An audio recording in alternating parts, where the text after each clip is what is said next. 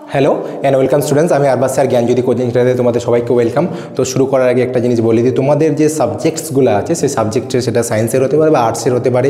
তো যার যেটা সাবজেক্ট আছে, যার যেটা ডিপার্টমেন্টে আছে, তোমরা অবশ্যই আমাদের সাথে তোমাদের যা যা নিত্য প্রয়োজন একটা সাবজেক্টের উপরে যা যা প্রয়োজন হয়, নোটস হতে পারে, সেটা ক্লাস হতে পারে, সেই সমস্ত কিছু প্রোভাইড করা হয়। তো তোমরা অবশ্যই আমাদের চ্যানেলটা সাবস্ক্রাইব করে দেবে এবং লাইক করে দিবা, যাতে তোমাদের কাছে সমস্ত কিছু আপডেটস এবং নোটিফিকেশানটা যায়, যাতে তোমাদের পরবর্তীকালে যে এক্সামগুলো আসছে সেটা তোমরা যাতে আমাদের সাথে কানেক্ট থাকতে পারো। তো যে কোনো সাবজেক্টের হতে পারে, সেটা সায়েন্সের হতে পারে, সেটা আর্টসের হতে পারে, যে কোনো একটা র্যান্ডম আমি যদি ডিপার্টমেন্ট তুলতে, ডিপার্টমেন্টের থ্রুতে স্যাররা ম্যামরা প্রচণ্ড হেল্পফুল, তো তোমাদের সমস্ত কিছু হেল্প করে দিবে। আচ্ছা, আর শুরু করা একটা বলি, আমাদের যে তোমাদের যদি হেল্পলাইন নাম্বার তোমরা দেওয়া আছে ডিসক্রিপশানে দেখবা, তোমাদের হেল্পলাইন নাম্বার দেওয়া আছে, তোমরা ওখান থেকে ফোন করতে পারো, তাহলে তোমার সমস্ত কিছু প্রোভাইড করে দেওয়া হবে এবং তোমার যা যা কোয়ারি আছে সমস্ত কিছু তোমাদের ক্লিয়ার করে দেওয়া হবে।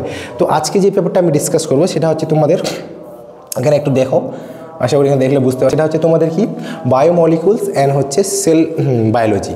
ঠিক আছে, সেল বায়োলজি। সেল বায়োলজি হচ্ছে পুরোপুরি বলতে পারো এই জিনিসটা তোমাদের কনসেপ্ট আগে থেকে ক্লিয়ার করা আছে।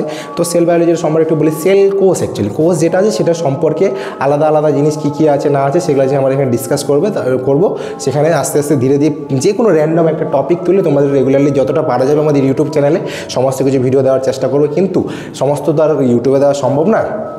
তো সেক্ষেত্রে তোমাদের যা যা ক্লাস সমস্ত কিছু যদি প্যাকেজটা নিতে চাও বা ক্লাসের কী সিস্টেমে হচ্ছে, প্যাকেজ রিলেটেড কোনো সংক্রান্ত প্রবলেম, তো অবশ্যই আমাদের সাথে যোগাযোগ করো। আচ্ছা, তোমাদের একটু শুরু করার আগে বলি, তোমাদের যে বায়োলজি বোটানি যে পেপারটা আছে, বোটানি পেপারের মধ্যে ফুল মার্কস তো 80 কম বেশি সবাই জানে, এটা নতুন করে বলার কিছু নাই।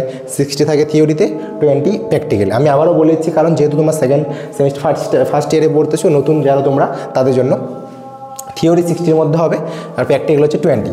কেন 20? এই যে 20 মার্কস হচ্ছে, এটা পুরোপুরি ডিপেন্ড করে তোমাদের র্যান্ডম কোনো একটা কলেজে, কেউ ধরুন আমি কোনো কলেজের নাম নিচ্ছি না, যে কোনো একটা র্যান্ডম কলেজের হতে পারে, সেখানে পুরোপুরি মার্কসটা ডিপেন্ড করে।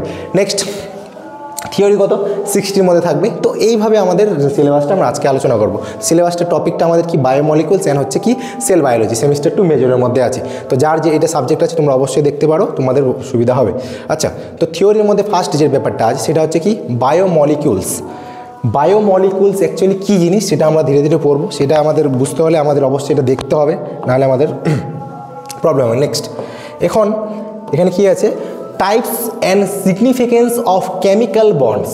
Types and significance of chemical bonds মানে কোনো একটা কেমিক্যাল বন্ড আমরা কীভাবে তৈরি করব, সেই বন্ডের থ্রুতে আমাদের সেটা সিগনিফিকেন্স মানে কি তাৎপর্য, তার তাৎপর্য করতে হবে, তার টাইপসগুলো কী কী হতে পারে সে টাইপসগুলো আমাদের জানতে হবে। নেক্সট হচ্ছে কি কার্বোহাইড্রেটস নমেনক্লেচার। এই কার্বোহাইড্রেট নমেনক্লেচার যেটা আছে তার থ্রুতে আমাদের এই কার্বোহাইড্রেটসের কী আসতেছে না আসতেছে সেটা করতে হবে। Next, classification with example. এবার তুমি একটা কোনো জিনিস নতুন কিছু শিখলা, তার তো কিছু এক্সাম্পল তোমাকে শিখতে হবে, তাই না?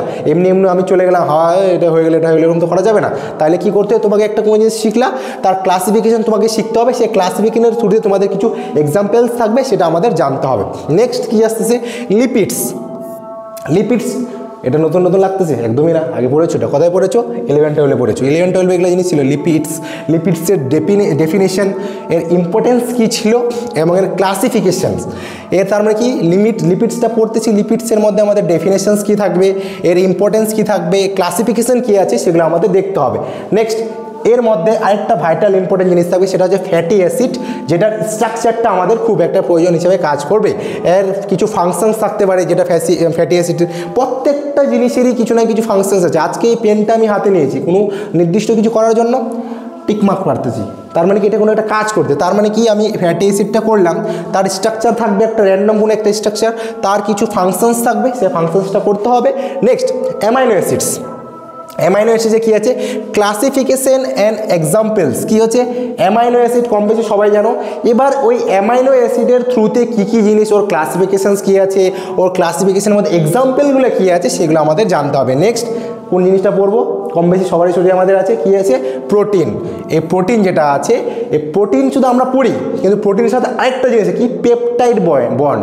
এটা অনেকে জানে না। তাই প্রোটিন পেপটাইড বন্ড, তোমরা যেহেতু বোটানি স্টুডেন্ট, তোমাদের আগামীতে এগুলো জিনিস পড়তে হবে, কারণ তোমরা তো ভবিষ্যতের বলতে পারো যে এগুলো জিনিস না জানলে তোমরা ভবিষ্যতে কীভাবে পড়াবা, তাই না? Next, properties and biological role of proteins. তার মানে কী হচ্ছে, প্রপার্টিস শিখতে হবে, এর বায়োলজিক্যাল কিছু রোলস থাকবে। আজকে আমি যদি না খাই বা তোমরা না খাও তাহলে আমরা অটোমেটিকলি কয়দিন জীবিত থাকতে পারি? 7 দিন, 10 দিন, মিনিমাম 1 মাস, 6 মাস। কিন্তু যখনই একটা কোনো আমাদের ইমিউনিটি পাওয়ার যতটা যার যতটা ততদিন পর্যন্ত বাঁচতে পারবো, তাই তো? তাহলে যার যতটা ইমিউনিটি পাওয়ার সে ততদিন পর্যন্ত থাকবে, তার শরীরে যতটা প্রোটিন যতটা আছে সে ততটা পর্যন্ত টিকতে পারবে। তার মানে কি বায়োলজিক্যাল রোলটা ভাইটাল হয়ে দাঁড়াচ্ছে তো আমাদের শরীরের জন্য, তাই তো? Next, level of protein structure, প্রত্যেকটা প্রোটিনের আলাদা আলাদা স্ট্রাকচার থাকবে। নেক্সট হচ্ছে কি প্রপার্টিস অ্যান্ড ফাংশন এনজাইমস, এনজাইমের বাংলা কি? হ্যাঁ ঠিক শুনেছি, উৎসেচক। ঠিক আছে, তাহলে এনজাইমের বাংলা কি? উৎসেচক। তো এই উৎসেচকের মধ্যে তোমাদের নিউক্লিক অ্যাসিড থাকবে, কিছু স্ট্রাকচার অ্যান্ড টাইপ। তার মানে মোটামুটি বায়োমলিকুলস যেটা আছে পুরোপুরি ডিপেন্ড করতেছে আমাদের শরীরের মধ্যে কি আছে না আছে, তার কিছু ভাইটাল কিছু ইম্পর্টেন্ট পার্টস তার সম্পর্কে আমাদের পড়তে লাগবে। সেটার আমাদের টপিকগুলো বিস্তারিতভাবে রেগুলারলি আলোচনা করা হবে। আচ্ছা, নেক্সট খুবই একটা ইম্পর্টেন্ট পার্ট, সেটা সেল। সেল না থাকলে আমরা থাকতাম না, আমি আজকে এখানে দাঁড়িয়ে থাকতাম না, তুমি আজকে ভিডিও দেখতাম না। তাহলে সেলটা আমার এখানে ভালোভাবে কাজ করতেছে। Cell as a unit structure and function, এর ইউনিক স্ট্রাকচারটা কি অ্যাকচুয়ালি সেটা আমাদের পড়তে হবে, এর ফাংশনসগুলো কি পড়তে হবে। নেক্সট হচ্ছে কি এর ক্যারেক্টারিস্টিক্স অ্যান্ড প্রোক্যারিওটিক এবং ইউক্যারিওটিক সেলস। প্রোক্যারিওটিক মানে যেটা আমাদের বলা হয় মাল্টি সেলুলার এবং হচ্ছে ইউনিসেলুলার, এককোষী বা বহুকোষী যেটা জিনিসকে বলা হয়। তার হচ্ছে কি endo symbiotic theory, very very important এই এন্ডো সিম্বায়োটিক থিওরি। কি বললাম? এন্ডো সিম্বায়োটিক থিওরিটা যেটা আছে বোটানির মধ্যে, সেলের মধ্যে খুব একটা ভাইটাল রোল হয়ে দাঁড়াবে। নেক্সট হচ্ছে কি খুব একটা ইম্পর্টেন্ট পার্ট, সেটা হচ্ছে সেল ওয়াল বা প্লাজমা মেমব্রেন। সেল ওয়াল বা হচ্ছে কি প্লাজমা মেমব্রেন। সেল ওয়াল কি? ওয়াল মানে কি? দেওয়াল। তো নিশ্চয়ই কোষ আছে, তো কোষ প্রাচীরও থাকতে হবে, তাই তো? তার জন্য সেল ওয়াল, কোষ প্রাচীর বলা হয় যেটাকে। আর প্লাজমা মেমব্রেন, তারপর ওর মধ্যে কিছু একটা আস্তরণ দেওয়া থাকবে যেটাকে বলা হয় কি প্লাজমা মেমব্রেন। নেক্সট কেমিস্ট্রির কিছু পার্ট থাকবে। নেক্সট হচ্ছে কি structure and function of a plant cell wall, plasma membrane, chemical composition and function. Very very very very important. কেন বলছি very very important? Fluid mosaic model. আশা করি এই যে জিনিস বুঝতে পারছো, কথাই পড়েছো ক্লাস 11-12 রবার্ট হুক টাইপের কিছু একটা নাম করেছে ফ্লুইড মোজাইক মডেলটা, সেটা ছিল সেই ফ্লুইড মোজাইক মডেলটার অনেকটা বড় একটা কোশ্চেন আসবে। সেটা 8 মার্কের হতে পারে, সেটা 6 মার্কেরও হতে পারে। ঠিক আছে, নেক্সট এর মধ্যে মেমব্রেন ট্রান্সপোর্ট, যেটাকে আমাদের ডিফিউশন, ব্যাপন, অসমোসিস, অভিস্রাবণ, প্যাসিভ, অ্যাক্টিভ অ্যান্ড হচ্ছে ফ্যাসিলিটেড, যেটা হচ্ছে ধরুন আমাদের বলা হয় অতিস্থাপন যে ভাগগুলো আছে, এর ভাগগুলো আমাদের এখানে এক্সট্রা করে পড়তে হবে। তার মানে ইউনিট 1-এ আমাদের বায়োমলিকুলস গেল, ইউনিট 2-তে আমাদের সেল গেল, ইউনিট 3-তে সেল ওয়াল গেল, প্লাজমা লাস্ট ভাইটাল একটা পার্ট আসবে সেটা আমাদের করব, সেটা হচ্ছে আমাদের কি সেল অর্গানেলস। ঠিক আছে, তাহলে এখানে কীভাবে করব? আচ্ছা, নিউক্লিয়াস। নিউক্লিয়াসটা কি? নিউক্লিয়াস কোথায় আছে? নিশ্চয়ই ক্রোমোজোমের কোনো একটা পার্টের মধ্যে নিউক্লিয়াস থাকবে। সেই নিউক্লিয়াসের মধ্যে যেহেতু সেল পড়তেছে অবশ্যই, structure of a nuclear envelope, nuclear pore complex, nuclear lamina, structure of chromatic and nucleus cytoskeleton, role of structure and microtubules. যে এই পার্টটা আছে বলতে পারো তোমাদের 4 মার্কস অথবা 6 মার্কস অথবা 10 মার্কস 8 মার্কসে আসতে পারে। ঠিক আছে, নেক্সট হচ্ছে কি তোমাদের microfilaments and intermediate filament, chloroplast, যেটা আমাদের রঞ্জক পদার্থ হিসেবে কাজ করে। কি পদার্থ হিসেবে কাজ করে? রঞ্জক পদার্থ হিসেবে কাজ করে, যেটাকে আমাদের বলা হয় কি ক্লোরোপ্লাস্ট। ক্লোরোপ্লাস্টটা কি কোনো পাতার যে পরিবর্তন হচ্ছে কালার, সেটা হচ্ছে আমাদের ক্লোরোপ্লাস্ট। নেক্সট হচ্ছে মাইটোকন্ড্রিয়া, এনার্জি হাউস বা কোষের শক্তিঘর বলা হয়। নেক্সট হচ্ছে কি পেরিওক্সিসোমস। নেক্সট হচ্ছে স্ট্রাকচারাল অর্গানাইজেশন অ্যান্ড ফাংশনস, এর কিছু ফাংশনস থাকবে, এর কিছু অর্গানাইজেশন থাকবে, যার থ্রুতে একটার পর একটা আমাদের আলোচনা করবে। নেক্সট হচ্ছে তোমাদের এন্ডো মেমব্রেন সিস্টেম বা এন্ডোপ্লাজমিক রেটিকুলাম, যেটাকে আমাদের শর্ট ফর্মে বলা হয় ER। কি বলা হয়? ER। তোমরা এটা সবাই জানো, সেটাকে আমাদের কি বলা হয়? এন্ডোপ্লাজমিক রেটিকুলাম, যেটার স্ট্রাকচার, ফাংশনস, এর টার্গেটিং কিছু আমাদের ইন্টারসেক্টিং কিছু প্রোটিনস থাকবে। এই যে আমি অলরেডি লিখি, আমি কিন্তু দেখি নেই, এখানে দেখো অলরেডি ER পরে লেখা আছে, দেখতে পাচ্ছ? এটাকে শর্ট ফর্মে কি লিখছে? ER। নেক্সট হচ্ছে কি গলগি অ্যাপারেটাস।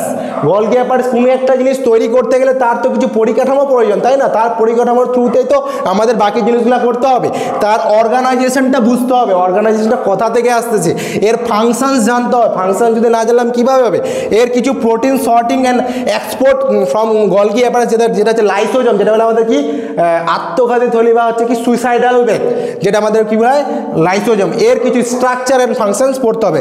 এই হলো তোমাদের সেল অর্গানিজের মধ্যে লাস্ট অ্যান্ড ভাইটাল একটা পার্ট, সেখানে হচ্ছে মাইটোসিস অ্যান্ড মিওসিস থাকবে।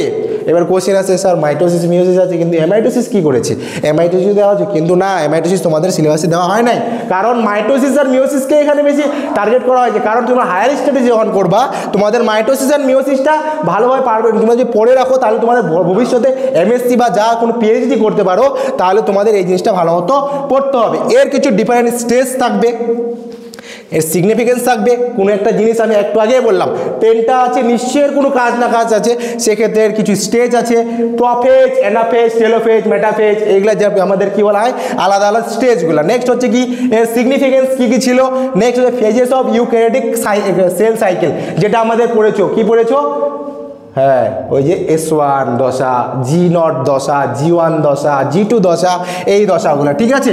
আচ্ছা, তো মোটামুটিভাবে তোমাদের কী কী হইলো চলো একটু বলে দিই কী কী হইলো আমাদের। বায়োমলিকুলস হইলো, okay done, unit 1, wait a minute. Biomolecules হলো, সেল হইলো আমাদের, হইলো cell wall, plasma membrane, cell organelles, একটা হচ্ছে কি সেল ডিভিশন। তার মানে আমাদের 5টা যে ইউনিট হইলো তাতে আমাদের বোটানির সিলেবাসটা যা যা আছে পেপারটা বায়োমলিকুলস অ্যান্ড সেল বায়োলজি যেটা আছে তোমাদের ক্লিয়ার হয়ে গেল, ঠিক আছে। তাও যদি তোমাদের কোনো কোয়ারি বা প্রবলেমস থাকে তোমরা আমাদের সাথে নির্ঘাত উইদাউট এনি হেজিটেশন আমাদের সাথে যোগাযোগ করতে পারো, তোমাদের সমস্ত কিছু বলে দেওয়া হবে।